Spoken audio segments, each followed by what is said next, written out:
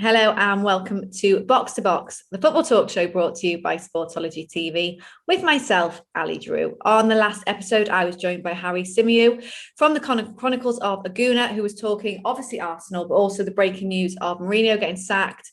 And at that point, the Super League going ahead and the clubs being part of it, which has all changed now. But on this week's episode, I'm joined by a host on Represent Radio and on podcast International Clearance. He's also a Crystal Palace fan, huge fan. Delighted to be joined by Joe Walker. Joe, welcome to the show. How are you? I'm very well, thank you. Better for being here as well. Thank you for inviting me. Yeah, it's great to have you on. Just talk to me before we start about all the stuff that's going on. It's all happening in football at the moment. And talk to me about how you sort of got into this industry, supporting Crystal Palace, but then getting to work, because you do quite a lot for, I see you on different podcasts all the time. But how did you get into it?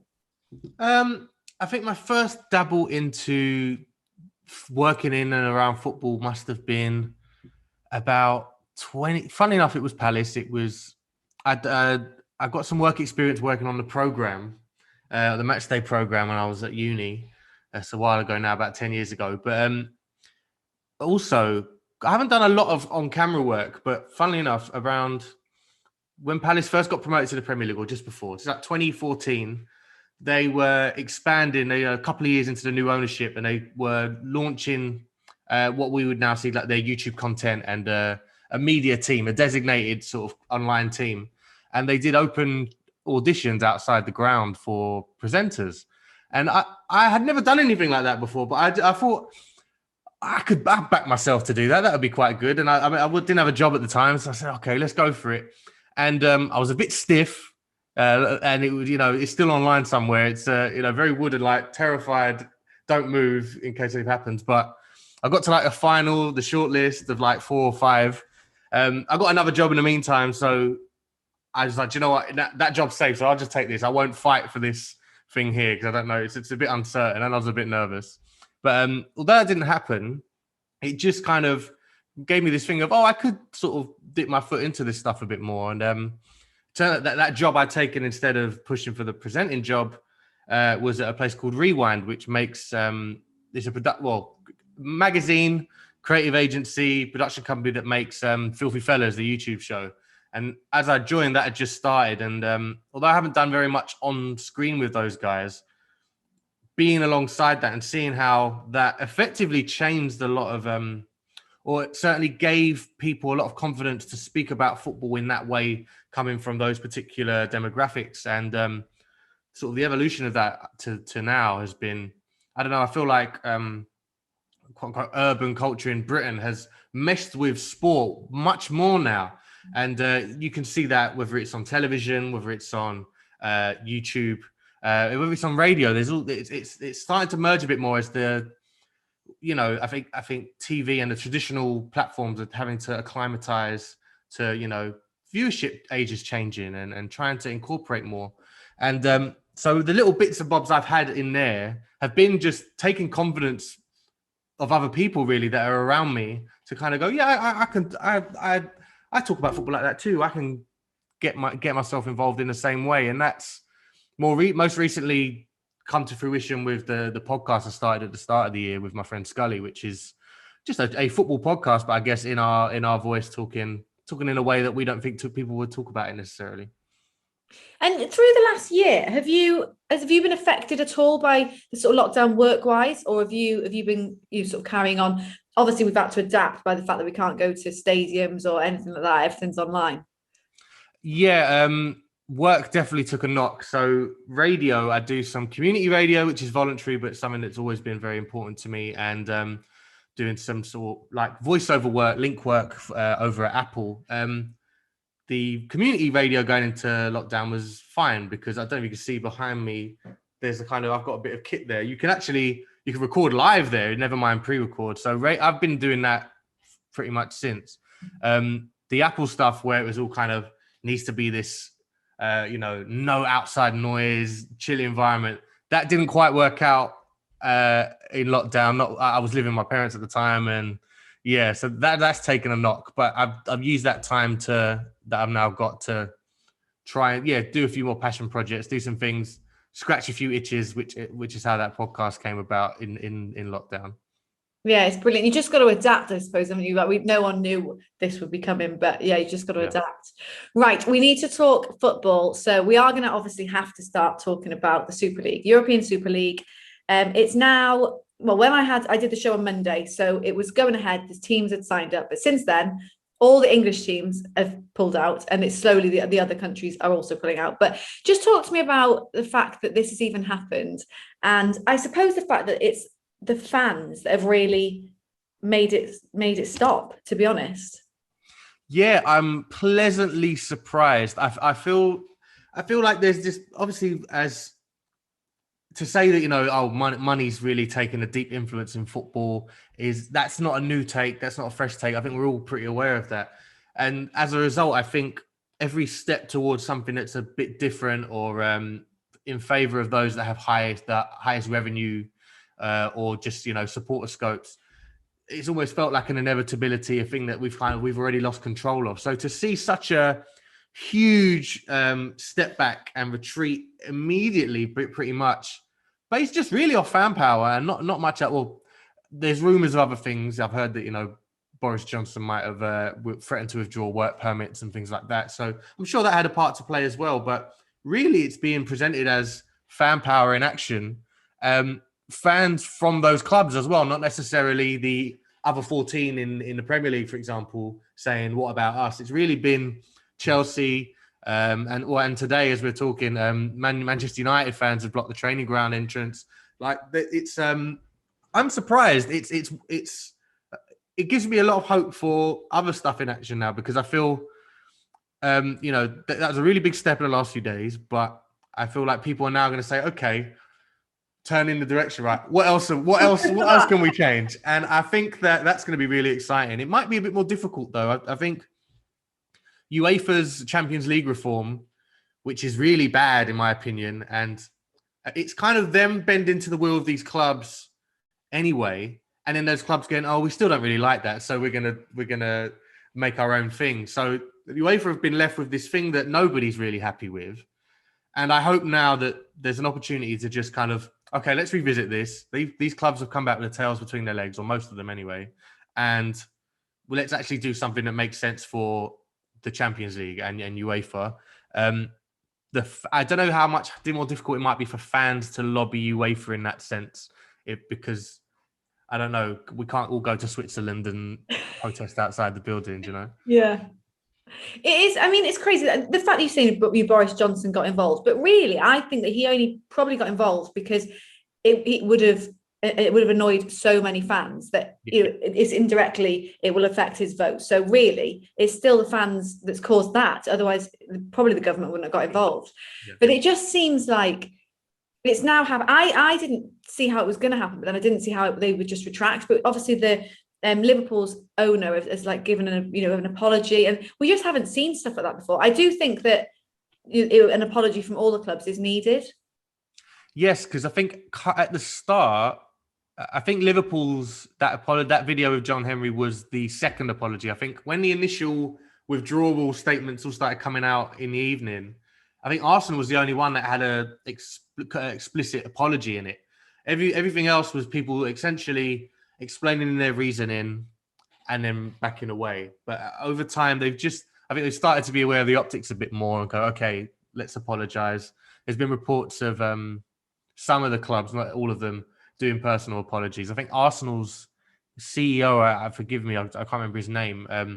There's been clubs in the Premier League who said, yeah, he's actually been ringing us all individually, kind of groveling and apologizing, because I think they're aware of now if you're going to come and step back in and go, okay, that was a huge mistake, whether it was a mistake in optics or whatever. You're now back on the table with the Premier League. You want that to be civil, otherwise you're never going to get anything done again. And you're going to want to try and avoid sanctions as well, which is now going to be the really next interesting step. Like, how's that going to roll out? Yeah, I think there's going to be a sort of roll-on effect of this. It's not just going to be, oh, you've come back, all fine, let's forget about it. But a story that was sort of a little bit overshadowed was obviously Mourinho getting sacked from Spurs. because I think that's probably a blessing for him that it wasn't, it wasn't crazy because everyone was talking about the Super League. But talk to me about the fact that the timing of it's a bit odd considering they've got a cup final this weekend. It's just a bit odd, the timing. Yes, especially when you think Mourinho's what remains of his aura and reputation is that this is a guy that wins trophies. Regardless of everything else, if it might be unappealing for a while, he might make and lose a lot of friends in the club, but he'll get you those trophies. And up to now, this is his last opportunity to prove that. So to deny him that it's brave, but just a huge surprise, because I would have thought if you've backed him up to this point, if you're a big enough believer in Mourinho up to this point to have him as your manager, I would have thought they'd have at least given him that shot on the weekend and then made up their minds afterwards. There's a part of me that thinks, Ali, that maybe as this Super League stuff had come in and that Daniel Levy had said, actually, if I don't need to pay this much money for a manager to ensure success and trophies and qualification for things. If he's not delivering that at the moment, and we're about to go into a league that guarantees this money regardless, I might as well lose him and hire a manager who's going to try something more pretty on the eye. Do you know what I mean? And that's me being overthinking it, maybe. But that would have massively backfired if that is the reason. Yeah, 100%. I think if you're Mourinho, yes, someone that really likes the attention and everything, I think he'd have been quite happy at having that slipping out of the back door pretty quietly over the last couple of days. Big time. Yeah. I mean, it's just mad. It all happened on the same morning. Like, woke up any morning, like, oh my God, what has happened? But we do need to talk about Crystal Palace now. So they are 13th in the table at the moment. And just talk to me about how you think their season's gone. Because, mid-table, how have you found this season? It's been... I've never felt in trouble, which often happens. I think with Palace are notoriously slow starters. And then around Christmas, New Year, they'll get a new manager in, and then we'll go on this like European-esque form and finish comfortably. But it can be a bit, scary. We don't have that with Roy Hodgson anymore, and we didn't have it at all this season because we started reasonably well for a mid-table side. But the football, I don't know whether it's lockdown or some other factors, which I might get into in a sec, but it's been the most difficult. It's been really hard to watch. He has a defensive style. That's not anything new or a shock to any Palace fans. But I think we've got a lot of players who are out of contract at the end of the season. There's a question mark over their commitment. There are a lot of those players, said players out of contract, are pretty much all of them are 29 and over. So if you are going to renew, you're not going to get any resale value. And also, they're just, as every year goes by, some of these players like Scott Down, who's 34, Gary Cahill's 35, 36, they are, once you start getting into that territory, each year you notice it's just that little bit extra decline, and it's a little bit harder to ask them to do all these things that a well-drilled Roy Hodgson side would ask you to do. And so what you've seen over this season especially is, and the back end of last season as well, to be honest, a lot deeper than even expected by a Roy Hodgson side. But we're playing defensively and conceding. I think we've conceded the third or fourth most in the league, which if you're playing that style, that kind of defeats the object of it pretty much. And the transition from defense to attack has been really poor. We've put Zaha up front and he's actually scoring loads of goals, but he's previously at Palace, Zaha's picking the ball up in our own half and bringing it 20, 30 yards or something, winning a free kick. Now he's not there. There's just this black hole in midfield where nothing really happens, and we don't create many chances, and we concede a lot of goals. It's a recipe for disaster, and I think it's frustrating because this has been threatened for a few years at Palace. When you're in that cycle of, again, bad start to a season, changing a manager, and there's a lot of panic signings in January or huge investment that you don't really think about the long term. You're doing short-term fixes, and that will catch up with you eventually when you can't resell any of the players because you're buying experience to get you out. And Palace have just delayed it every summer, going, not this year, it's a lot of money to spend. We'll do it next summer. And now the chickens are coming home to roost. They're going to need to buy about 7 players in the summer, which is not cheap, even with the Premier League TV money. And I think it hasn't looked reflected very well on Roy Hodgson either, because I think he still played that style even with the situation changing at Palace. A couple of younger players have come in, not enough to fix everything, but his way of using them has been a bit frustrating. Players out of position, and so his way of dealing with it has just got a lot of people kind of expecting him to go in the summer as well. They're thinking, if you're going to do this big rebuild, you might as well get someone that's new, who's got some fresh ideas to go along with it, so they can actually build the squad in their image. What positions and players you think sort of need the most? Is there, you say midfield, there's a big gap there, but is there certain players that you would like to see in the team? Ooh, I think one of the first things on Palace's shopping list will be centre backs. We've got quite a lot. About 4 or 5 are out of contract in the summer. That's on every team's list. Like Yes. It's funny, right? I think it's been a problem in football for a few years now. I think in the last 4 or 5 years, centre backs are really a premium, and that's why you get the money. You see the money getting paid for a Laporte or even back to a Van Dijk, because actually the ones that are kind of proven quality and play in this new kind of modern way, they're not that common. And it's yeah, and you can really see it at Palace. We've got a lot of we've actually got a lot of talented centre backs, in my opinion, but they're all between them injury prone and all really high paid, and so you can't a club of our size just can't afford to have that many. So I think a few are going to go.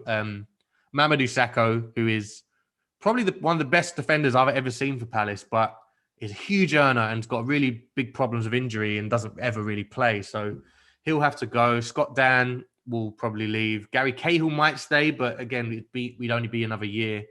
James Tompkins, I think, is injured. Martin Kelly's, I don't know what his contract situation is. So we just need someone that's actually, I don't know how good they are on the pitch, but at least we know we're going to get them playing every week. Yeah, as long as they sort of can play, that'll be a start. And but in terms of actually who that is, I wouldn't know where to begin, Ali, because as you say, anyone that's got a sniff of ability is just being grabbed up by anyone. You even look at England, for example, the national team. The actual quality of the centre backs is you're really scratching around once you go past the first couple. And I feel like if there was a ball playing centre back in the Football League, I think he'd probably be on the way to the Euros already. Do you know what I mean? Beyond that, in terms of actual people to target, I haven't really looked that far, I suppose, because I'm almost wait until I know, and we haven't been linked with a lot of players either, I guess, because we don't know who this manager will be in the summer. We still haven't seemed to decide whether it's Roy Hodgson. We've interviewed a lot of people, by trusted sources have said we've interviewed Patrick Vieira and Frank Lampard, or at least offered them something, interest. But I guess until we know who that is, it's kind of, you can't really focus too much on who we need to try and get, because if you get Sean Dyson, for example, which I wouldn't be mad at considering the squad we've got, it would be pointless getting someone that is expected to play in a more expansive way. And likewise, if you're going to get Frank Lampard in, you might want to wait till that happens before you bring in someone that's like a proven or just someone that's more plays to the kind of more rigid defensive style. Do you know what I mean? So in terms of names, I wouldn't know where to start at the moment, but it's more positions are highlighted, I think. Centre backs, somewhat a sort of a midfielder. We've missed a midfielder that is a bit more creative. We had Yohan Cabaye for years. We were really, really spoiled, to be honest. And once he went, we've never quite replaced him. And so we play with a lot of midfielders, but they're all the same. They're all very like destructive and cleaning up. They don't really create anything between them. So that just something in the middle there to help that transition would change everything. Do you think they need a new manager, or are you happy with Roy Hodgson? I've come to I'm not as, there's some people that are really mean and nasty about Roy Hodgson at the moment, but I'm not there. But I do think it's probably time to change. I think even when we hired him, all the talk was, at a club like Palace or Fulham or West Brom, he was really good because, but his problems were always at bigger clubs and England and Liverpool, maybe even Inter Milan to an extent. And the reasons that were given for that by Liverpool players and fans were he has a very repetitive, monotonous training program that actually, it's boring. And there was all these pundits were coming up, even the Fulham, I think Danny Murphy, when he said, I had him at Fulham and it was so boring. And then there'd just be a moment in the game that you'd go, oh, that was all from that mate. And all the puzzle pieces start to come together. And then the team would then go, okay, we believe it's boring, but it works. We can see the difference. And then they buy into it. And I think at bigger clubs, he always had a problem getting to that point because that window of trying to get to that point, you've got a lot of players who are proven at the top level, who've probably got some egos about them that are saying, I don't need to, what is this? What is this? And I'm dismissive of it. And I've always had that in the back of my mind. And I feel after 3 or 4 years of that, I can imagine it getting, even if it has an effect initially, even the best managers, their style can get quite stale at the same club with the same players. The motivating effects don't have the same impact. Sort of training drills are kind of done on autopilot after a while. And I've got a big feeling that that's been happening at Palace. He's not someone that gives the hairdryer treatment. And you see that a lot of Palace with how we could fade at halftime if something's happening. The players they haven't down tools, but you just see that they don't have that extra bit of energy and zip that I've seen from them before.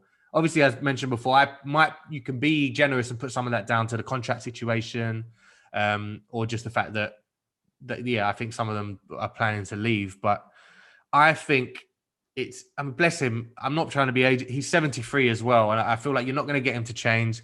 I feel like you can see it in the press. He's been way more kind of passive and gentle. And it's just wise old lovely man that you don't want to hurt. And I think at some point, because even if we renew the deal with him, he's already the oldest Premier League manager in history. I think there's only been one manager older than him ever. And it was, I read it. It was like in the 40s. And it was like the owner of a club took over. And he was in his sort of late 70s, 80s. So Roy Hodgson effectively as a manager is as old as you can get. So we're only ever going to renew for a year. We're just delaying this whole idea of like, we're going to have to get someone in a year or 2 years' time. And so looking at the summer that we've got and the fact we're going to need a whole load of players, I just think logically it makes sense. Instead of keeping him on to, he's steered the boat for the last couple of years. We've made very few signings and he's just got on with it and not complained. But now we can't avoid it anymore. Now we have to get all these players in and change things. It's a risk anyway. So you might as well get a new manager, whoever that is, to do that. We've got a whole new rebuild here. Get someone in who is going to be here for longer than a year, hopefully, and actually build the team to what they want it to be. Yeah, it makes sense to just, if you're going to change certain things, just change it all, just do it fresh. Yeah. So what is your prediction for where Crystal Palace are going to finish this season? Do you think they're sort of going to stay around where they are in that 13th position? I think we'll drop a little bit just because the running that we've got, I think we've got 2 or 3 more what I would call winnable games. We've got Southampton away, Sheffield United away, and I think we're playing Villa at home. After that, other than that, I think we are just playing the top 6. Leicester's next, aren't they? Yeah. Games. And do you know, it's funny. So, and it might play into how Palace fans are so despondent at the moment. We've always had this weird back to front way, certainly in the Premier League era, of we'll struggle to beat. We'll really have to grind out a result at home to someone in the bottom 3 or bottom half, because they know that of how we play our style. So they'll just sit back and say, come at us. And we haven't really got that approach. But against the top 6 side, away from home, I would back us all the time. And we've got huge results in the last few years. Won a few times a couple times at Old Trafford, I think now. Twice at Stamford Bridge. We've unbeaten at City for a couple of years. Beat Liverpool loads. And Leicester, we were beating them 3s, 4s and 5s for a few years because they were just tying up in the table. While they weren't at the same caliber as the traditional teams in the top 4, they were trying to get there. So they were always playing really open and we would catch them out constantly. But since Rodgers has come in, that's really stopped. And I think this season you've seen Palace have not, we're not getting results against the lower teams, but we're no longer snatching stuff away from the big guys. And so that's what's giving me a lot of worry about what's coming. I think we're safe points wise, but I think we're going to have a similar collapse to last season. I don't know if you remember the lockdown, after lockdown, and we came back. We won our first game against Bournemouth. We went down, and then we lost every other game until the last game of the season. And I think it's 7 in a row we lost. I just don't. I just think with the player situation, the manager situation, who I guess if they made their mind up, I presume he's probably thinking I must be on my way as well, and that can have an effect too. I think the combination of that and there's not a massive amount at stake. I think the whole thing of prize money, where you finish, it's hard to, as a chairman or owner, to push that on the players as an incentive if they're out of the door or they don't get any of the money. Regardless. Yeah, so I'm a bit worried. I think we might just fizzle out over the next month or so. But I'm not worried. I just think most Palace fans are in a fetal position until the summer, until everything gets changed. But it should be good. It should be a good summer to see what happens. But before we finish, I do ask everyone this question, so I'm going to ask you as well. Who do you think is the greatest player that you've ever seen play live? Oof. Do you know what? I was very lucky when I was younger. I saw a lot of international games, England games, when I was about the turn of the millennium. I was still a kid, but the trouble is, so I would have seen the Ronaldos and Romarios and stuff when they came to play England, but I don't remember. And so I would be disingenuous to go and roll off some of those names if I just, my memory of how good they were wasn't quite there. In terms of actually what I can remember, Palace in the Premier League era, I've seen some crazy kind of individual performances, not necessarily for Palace, other players would come to Selhurst. One of the kind of all-time great performances I've seen put in the flesh was Yaya Toure came to Palace with Man City, and it was the year they won it the first time, I think. So around 20. No. In fact, they must have already won it by then. It was around 2014, and I think they won 2-0, and he just bullied absolutely everybody. And we were I think we were still under Tony Pulis at the time, and we were a hard team to beat, even at that stage as a newly promoted side. And that was one of the first times you actually felt like, okay, that's what the level above looks like. It made it look really effortless. There was a solo goal he scored that was just, sometimes, when you see solo runs and stuff, you can get annoyed at defending and go, someone should have taken him out or stopped him there. And with this, you just kind of had to shrug your shoulders because people were trying to do that. They were really trying to clear him out, and he was just so much stronger, but also technical enough to just brush them off and did this amazing combination play. And so it looked like he was had the whole pitch on strings. And I'm yet to see something as good as that again. His time at the top level was in that style at City. It was only for a little period. He kind of petered away for a bit, but he was the best I've seen in the flesh by a distance, I think. Yeah, that is a good choice, actually. Joe, thank you so much for your time. It's been great talking to you. Thanks for coming on the show, and hopefully we can get you back on in the summer when we know what's going on with everything. Yeah, we'll be looking at a very completely different Palace and analysis. So yeah, thank you for having me on. Much appreciated. Thank you. Great to be joined there by Joe Walker. But guys, stay tuned because we have lots more coming up on the show. Please keep doing what you can to support the channel. Subscribe, like, share, leave some comments, whatever you can. We do really appreciate it, and we'll see you next time.